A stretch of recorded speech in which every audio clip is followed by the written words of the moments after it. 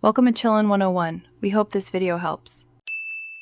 In this video, I will explain how to change a Toyota Corolla oil filter. First, gather your essential tools.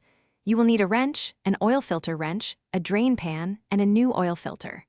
Also, have 4 to 5 quarts of fresh engine oil, a funnel, and some protective gloves on hand.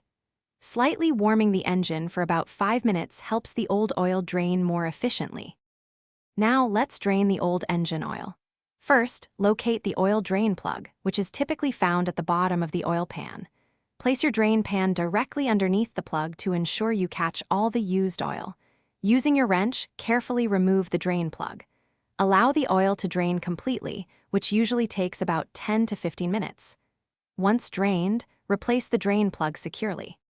Next, we'll replace the oil filter. Locate the old oil filter, which is usually a canister-style filter.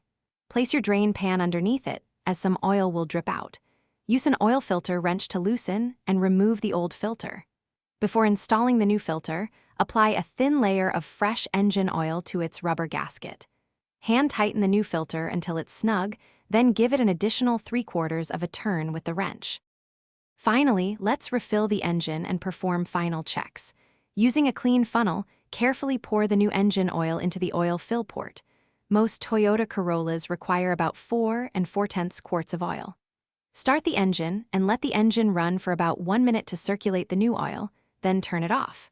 After a few minutes, check the oil level with the dipstick and add more if needed. Always check for any leaks around the drain plug and the new oil filter. Thanks for watching. Consider subscribing if we helped you.